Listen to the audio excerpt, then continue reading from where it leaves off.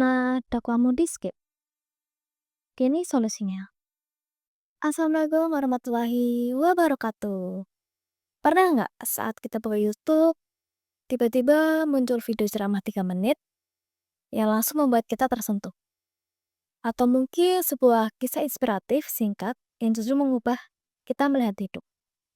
Ini bukti bahwa dakwah hari ini tidak lagi terbatas pada mimbar masjid, namun media digital, khususnya YouTube. Media YouTube telah membuat dakwah bisa hadir kapan saja dan di mana saja, bahkan hanya lewat video pendek. Karena itu, kita perlu memahami metode dakwah, bagaimana cara menyampaikan pesan Islam agar tetap sasaran, menyentuh hati, dan tidak lagi di-skip oleh audience.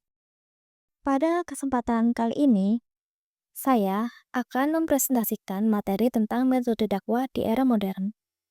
Materi ini penting karena keberhasilan dakwah sangat dipengaruhi oleh metode yang digunakan. Mari kita mulai. Metode dakwah adalah cara atau pendekatan yang digunakan seorang dai untuk menyampaikan ajaran Islam agar lebih mudah dipahami. Metode ini penting karena audiens memiliki karakter yang berbeda.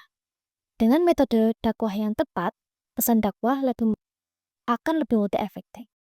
Selanjutnya yaitu tujuan dari penggunaan metode dakwah. Tujuan dari penggunaan metode dakwah adalah agar pesan yang disampaikan bisa diterima dengan baik, lebih menarik, dan mampu mendorong perubahan perilaku. Selain itu, metode dakwah membuat penyampaian materi menjadi lebih relevan dengan kondisi masyarakat. Secara umum, metode dakwah dibagi menjadi beberapa jenis, yaitu hikmah atau kebijaksanaan. Yang kedua yaitu mau'izah hasanah, yaitu nasihat yang baik. Yang ketiga yaitu mujadalah atau dialog santun. Yang keempat adalah uswatun hasanah, yaitu keteladanan. Yang kelima yaitu tadarruj atau bertahap. Dan kisah, yaitu metode kisah. Setiap metode memiliki fungsi dan situasi penggunaan masing-masing. Yang pertama adalah metode hikmah. Metode hikmah berarti menyampaikan dakwah dengan kebijaksanaan dan kelembutan. Dai memahami situasi audiens dan memiliki kata-kata yang tepat. Misalnya, menjelaskan hukum agama dengan cara yang sederhana dan tidak menggurui. Metode dakwah yang kedua yaitu mau'izah hasanah. Metode ini menggunakan nasihat yang baik, motivasi, dan sentuhan hati. Cocok untuk jamaah umum maupun remaja. Ceramah inspiratif atau kajian tematik sering menggunakan metode ini. Metode dakwah yang ketiga yaitu mujadalah. Mujadalah adalah metode berdialog atau berdebat secara santun. Tujuannya untuk mencari kebenaran, bukan saling menjatuhkan. Diskusi ilmiah atau podcast dialog antara dua tokoh merupakan contoh penerapan mujadalah. Yang keempat adalah uswatun hasanah. Keteladanan adalah metode dakwah yang paling kuat. Dakwah tidak hanya disampaikan lewat kata-kata, tetapi melalui perilaku. Sikap jujur, ramah, disiplin, dan akhlak yang baik adalah dakwah nyata yang sering lebih efektif daripada ceramah. Selanjutnya yaitu metode kisah. Metode kisah menggunakan cerita atau pengalaman. Manusia lebih mudah mengingat cerita daripada teori. Karena itu, storytelling sangat efektif terutama dalam konteks dakwah. Terutama dalam konten dakwah digital seperti film pendek atau video motivasi. Dan metode dakwah terakhir yaitu tadarruj. Tadarruj adalah metode bertahap.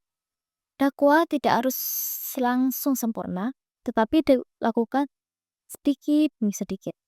Misalnya mengajak masyarakat memperbaiki ibadah secara bertahap, agar perubahannya lebih mudah diterima. Selanjutnya yaitu penerapan di era digital. Di era digital, semua metode ini bisa dikemas lebih kreatif. Hikmah menjadi konten edukatif yang lembut. Mau'izah hasanah bisa berupa video motivasi.